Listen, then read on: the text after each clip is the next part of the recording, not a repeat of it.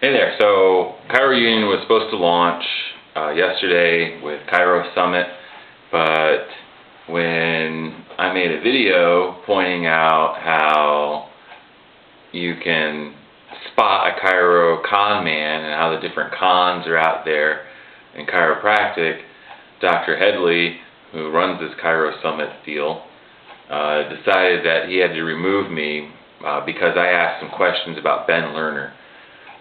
Right? All I did was ask questions. He said he was trying to say that I made some assumption about how or why Ben Lerner wasn't affiliated with Maximized Living anymore. I really don't care why Ben Lerner is or is not affiliated with Maximized Living.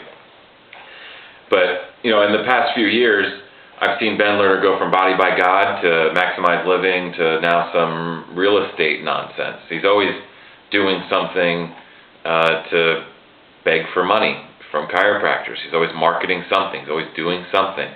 And, if he's done any of these things successfully, he should have plenty of money. I don't know why he is continuing on with all this, this real estate nonsense. It's always something. And that's a real sign of success is, eventually you stop running the scam. If you're actually successful, if you're actually making, like Lying Shampoople, right? If he's making $30,000 a week at his practice, why is he stopping, taking a week off? Oh, I don't need $30,000 this week, and he's going to go travel and do some nonsense to help you because he doesn't need the $30,000, right? It's nonsense. It's just all lies. Same thing like with this the whole thing with Ben Lerner was all lies and nonsense, right? But apparently that's what Dr. Headley really wants to get involved in the con. He wants to start his own con game, I guess. I mean, he doesn't pay for any of the content, right? So it's all free. A lot of it is con artist content. There's some good content. He interviewed me. We did a great podcast or interview on Chiro Union. Didn't ask anybody for any money. Talked about the future. Talked about what was possible, and tried to inspire thought. And he decided that he can't share that message because I asked him questions of Ben Lerner. I raised some questions about Lying Shampoople and his sham that he runs, and and he knows these people. Headley knows these people directly that have suffered real harm at the hands of Lying Shampoople. He knows the facts. He knows these students.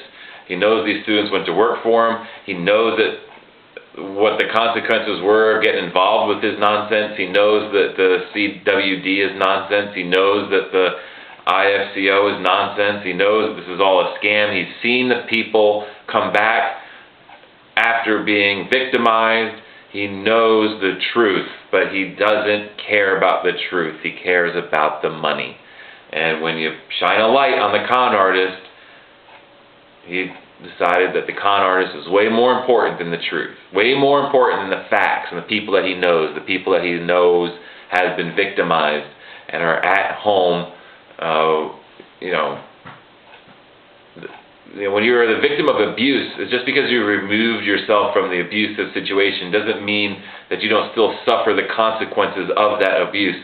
All of these people were still scared of Lying Shampoople and his nonsense. They still feared him. They still feared retribution. They still do not want to come out and tell the truth or share it publicly to protect others because they are afraid of the consequences of the threat of harm that he presents to them, the intimidation that they've been through, the harassment that they've been through. They're not willing to risk it in order to protect one person. But I have nothing to lose. They have no power over me. So if one person doesn't get involved with Lying Liam and his nonsense, it was all well worth it. My efforts are worth it. And I stand for something, right? Just catering to con artists, that's the same thing with Chiro Sushi. He's no better than Chiro Sushi, but he does the same thing. Gets your foot in the door. Here you go, have it for free. If you want to download it, it's $60. Oh, you didn't download it fast enough. It's $90. Oh, it's $120. I mean, come on. And half of these guys are selling nonsense, and it's a sales pitch. You sit there and you listen to a 20-minute sales pitch or a 30-minute sales pitch on why you need to give somebody money. So it's like, come on, you're not trying to advance the profession. You're trying to make a buck. That's all you're trying to do. And he used me to do it, and he won't even live up to his own end of the deal. His deal was, was to share the message. He won't even give me my content, right? We created the content. He doesn't want to share it. Why not give it back to me? It's mine. You didn't pay for it. The exchange was that I would promote your deal in order for you to promote my deal. Well, I promoted your deal, and now you're removing my promotion. So you're not keep living up to your end of the deal. You're being two-faced, right? So I'm left with very little option. I can sue him, right? And I can force him to come here where he victimized me by being a liar. Or I could just let it go, which that always works out really well in business, letting it go. I don't know what to do. I don't know what I'm going to do, but I'm definitely going to tell the truth. The blank spot on his little promotion he's got sent out there is me, is my picture, which he was promoting for plenty of time, which he had no problem promoting before. But and then all of a sudden he can't promote it, or he's removing me from the program, removing the launch of Chiro Union because we called out the con man for his con. Remember, this con artist has been kicked off multiple campuses. There's a reason why he's not allowed on campus. There's a reason why you have to meet him down the street. It's not because he's a great guy. It's because he takes advantage of people. That's the truth. And when you cater to the con artist, you're just as guilty as the con artist. When you know full well that your brother has been victimized and wasted years of his life and has spent thousands of dollars and been harassed and tormented and victimized by this individual for a period of time, and you are willing to ignore that in order to sell some content, that's just disgusting. So yeah, sorry, Dr. Headley, but that's a pretty disgusting thing that you did, and I'm pretty well disgusted with you. Then I'm trying to figure out what to do, and I don't know, but I might have to sue you. I think you might have to learn. When I was in the mortgage business, that was how you got to know people.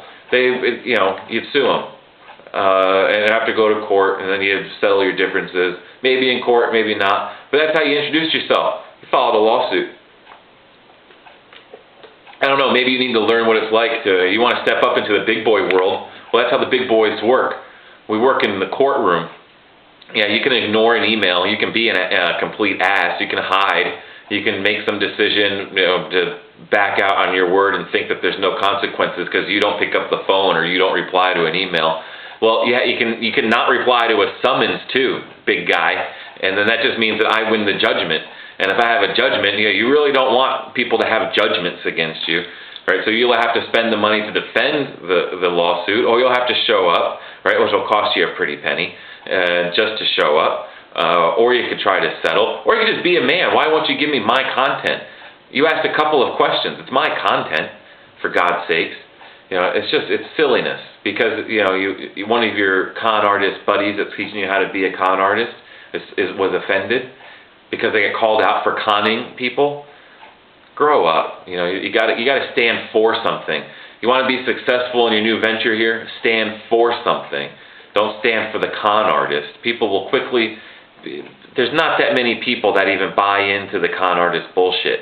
So most people see your bullshit and they just immediately disregard it as bullshit. And then you get affiliated with being a bullshit salesperson and just peddling more bullshit.